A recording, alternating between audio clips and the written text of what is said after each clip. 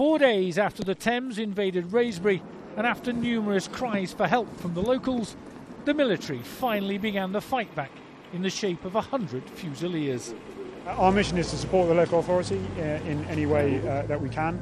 So we've got three major task lines at the moment. The first one is to help anyone who's vulnerable and to assist with evacuation. The second one is to build an understanding of where people wish to stay in their homes and which they don't, where they don't want to stay in their homes. And our final task is to assist with any sandbag or flood defences that the local authority deem necessary from here on in. Coincidence or not, the soldiers arrived just hours after their boss, Defence Secretary Philip Hammond, got an ear bashing from flood warden Sue Burrows live on Sky News. We have been working for 48 hours evacuating people, risking our own lives, going into waters that would be over my head.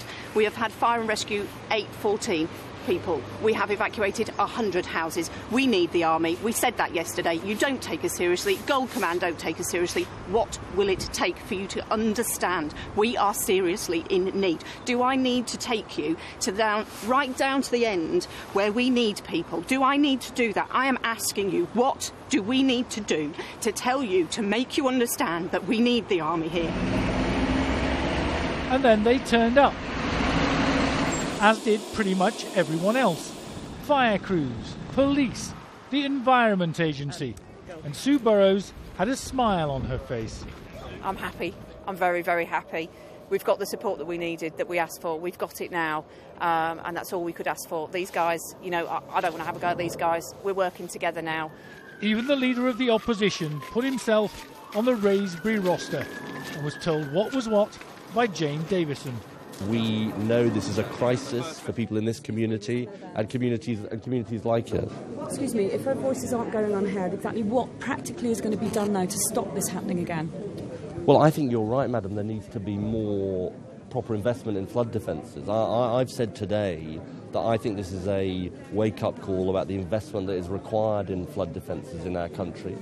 And I'm sure there'll be lessons to be learnt about the response. I think the priority now, and that was the reflection of the meeting just now, is to get the work done to protect vulnerable people and get them help as quickly as possible. Right, but that's too little too late, though. I mean, this happened 2 weeks ago here. The same thing's happened again. How do we know this isn't going to carry on being mismanaged by the Environment Agency? How do we know we're going to get the right support next time this happens? It likely will happen again. Jane knows what she's talking about. This is the house she shares with husband Andy, and it's awash with floodwater, and has been since the weekend. It's just heartbreaking when you see it coming into your house and you know you can't stop it. You just want to cry, really.